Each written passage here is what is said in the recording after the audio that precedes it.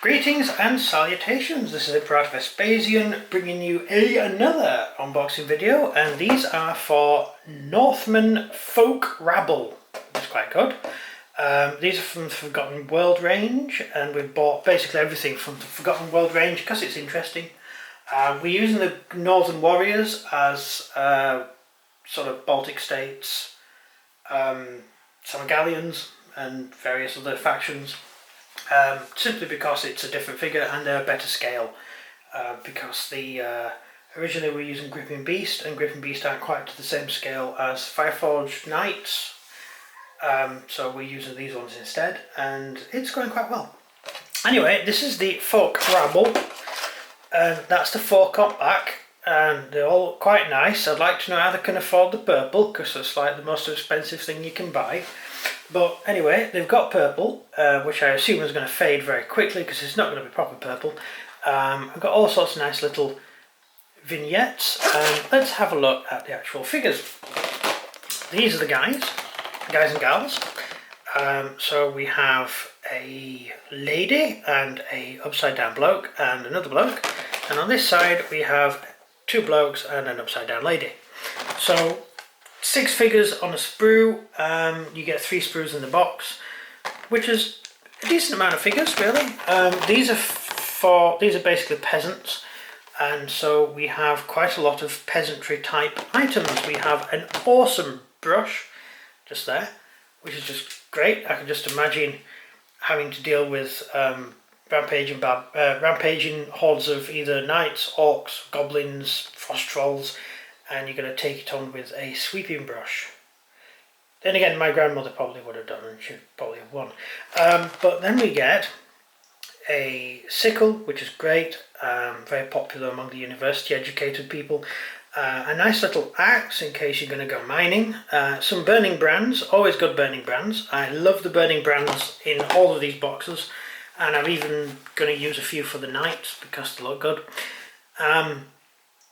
That I think is for like hitting hay or something. It appears to be a farm implement, but works just as well as a violent thing. Then we get a scythe. Can't see that a scythe would be hugely useful in combat, but I guess that things like the halberd spawned from the scythe.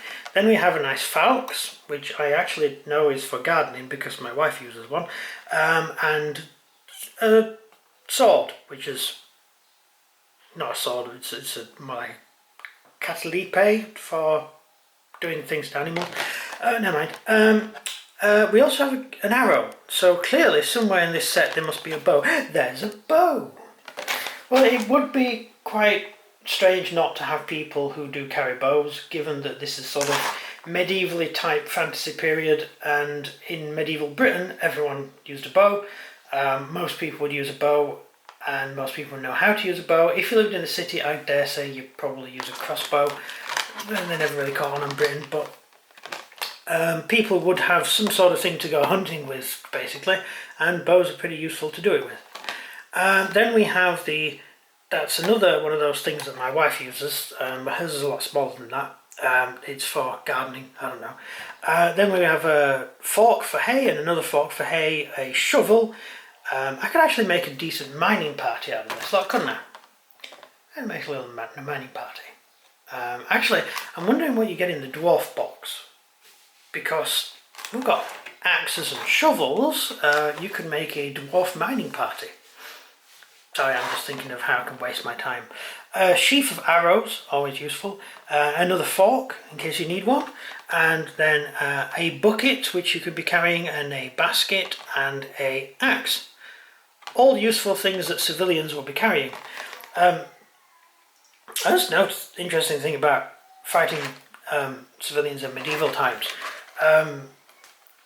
When you're like very well trained soldier, I mean, if you're a knight, you're not fighting civilians, but if you're a sort of man-at-arms or an armsman, something like that, and you have to go and take on civilians, then yes, you're an armsman, you have training, you have experience, but you're taking on people with large farm implements, which tend to be big and very rugged and tend to work, right? And these people don't know anything about actual fighting, so they're waving these spiky things in your direction, and the usual things you would do as a man-at-arms to deflect and things like that wouldn't really work, because the civilians wouldn't know how to fight, therefore wouldn't be waving this pointy thing around in the proper manner.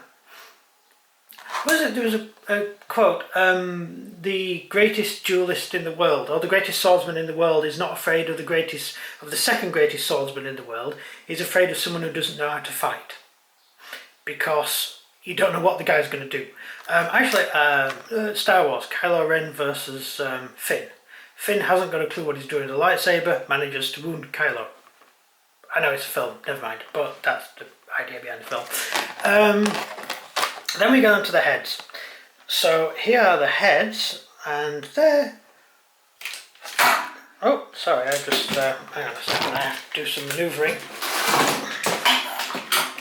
No, that didn't work. Just bear with me a second.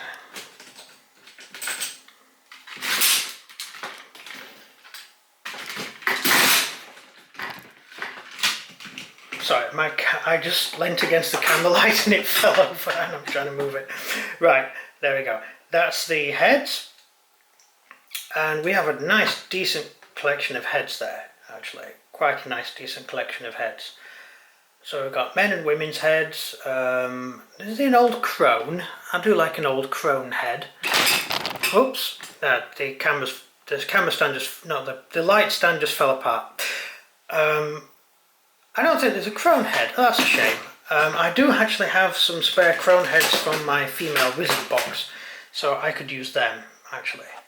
But yeah, we have a very nice screamy face, a lady who looks angry, a woman, another lady. Oh, there's a crone! Yay, we've got one. So they're all great. Great little civilian heads, very useful. I often use the German heads from the Barbarian German box because they look really rugged and annoyed, so they look good. So that's basically the figures in the set, and yeah, I quite like them. They're great. They're really good. There's a lot more to look at as opposed to the last two boxes I've done, where there wasn't much to look at all, really. But that's it. Anyway, look out for... I haven't got any made up yet. I've only just unboxed the video. Unboxed the box. So if you want to leave any comments in the comment section, leave a like if you like it, and let me know what you think.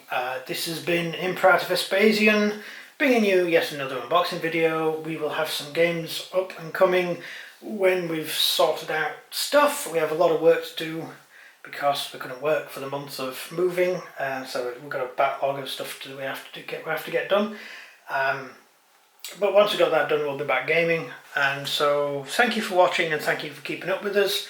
This is Imperator Vespasian, wishing you a good day. Goodbye.